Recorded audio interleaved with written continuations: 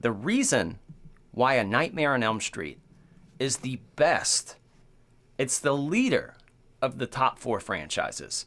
And who are we talking about? Nightmare on Elm Street, Halloween, Friday the 13th, and Texas Chainsaw Massacre. I think most people would agree. The reason why A Nightmare on Elm Street is the best is because the first 4 movies are the most cohesive, and we have Robert Englund. Let's look at Friday the 13th. It's his mom, all right? Pamela Voorhees is the killer. And then we go to like Potato Sackhead Jason, which is cool. And then he gets his mask finally in 3. And then we kind of move on, and then he goes to space, like changes around.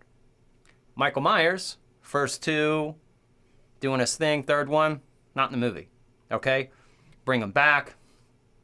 Arguments, are they brother and sister? Are these people cool? A lot of confusion. There's no confusion with The Nightmare on Elm Street. No, it's pretty consistent.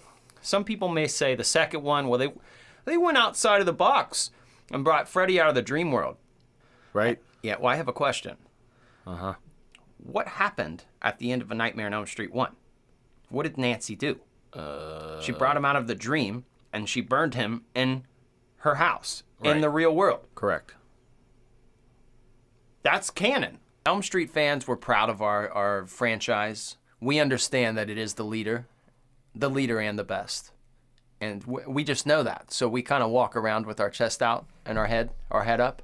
But as I stated, I mean, you really, most cohesive, and the first 4 Nightmare on Elm Streets, bangers. Like all the other films, all the other slashers, man, you just have a group of disposable characters. But in the Elm Street movies, these are different. These are different. The characters band together to take out Freddy. And as a younger person, like you watch the Elm Street movies and you just say, these parents suck, right? But then you get older and you're like, wow, this is like a widowed dad. Like his wife has died, you know, and then clearly they went through some shit previously, burned a man alive. Like they've had a life, clearly. And that's like the World War II generation. So like dad has had a life and now he's trying to raise these 2 kids and he's a drunk. Totally missed me as a kid for a movie that I watched hundreds of times, hundreds and hundreds and hundreds of times. Like I knew he was a bad dad. But like as you get older, like I didn't put the addiction together. Like these kids are living like in this house with like an addict, but he's not all the way bad. Like there's a lot of layers to it. The first Elm Street's that way.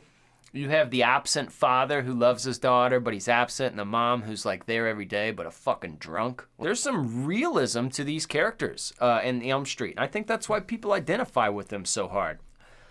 You just don't have that in Friday the 13th. I love the characters in Friday the 13th, super disposable. Usually see their nipples, and then you usually see them get meat cleavers in the head and all kind of stuff. Crispin Glover doing his dance, and then like, hey, where's the corkscrew? And they're, yeah. That's great. I love that. But the characters were dicks to each other. Elm Street kids stick together, and there's just something about that. Like, I don't know. It just spoke to me when I was younger. I felt like that was something I was going to have to do when I got older. It was like me and my friends are going to have to, like, band together to beat this thing the parents aren't going to believe us.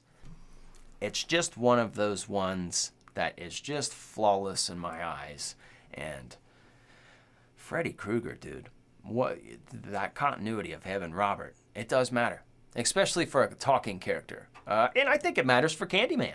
I mean, I think that helped for Candyman, that you had Tony Todd. Like, it's his face. It's not a mask. Like, you can't switch him. He's got a voice, a face. He's like, you can't do that. And we learned that from the Elm Street remake. It's not, people aren't going to receive that well.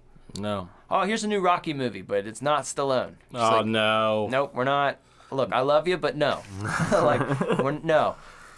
And people are like, well, you need to have an open mind. Yeah, I do have an open mind, but you know what I have an open mind about is new horror, not diving into this shit. Yeah, quit fucking ruining things. They're good how they are. Leave them the way they are. If you don't like them the way they are, watch something else. And that's the perfect part. That's why the Nightmare on Elm Street franchise has like a, you know, like in the witch movies or in the movies like where, you go stand in the circle, like of the spells and nothing can get you because you're like, in the protected circle. Mm-hmm. You know what I'm saying? Like, have you seen that in movies, how they'll do that? Nothing can get you. Mm-hmm. The Elm Street franchise has one of those around it. And that is the legend of Robert Englund.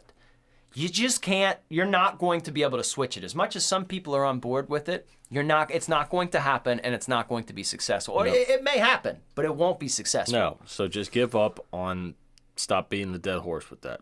Yeah, and you're not going to just break stop that it. circle. Stop it.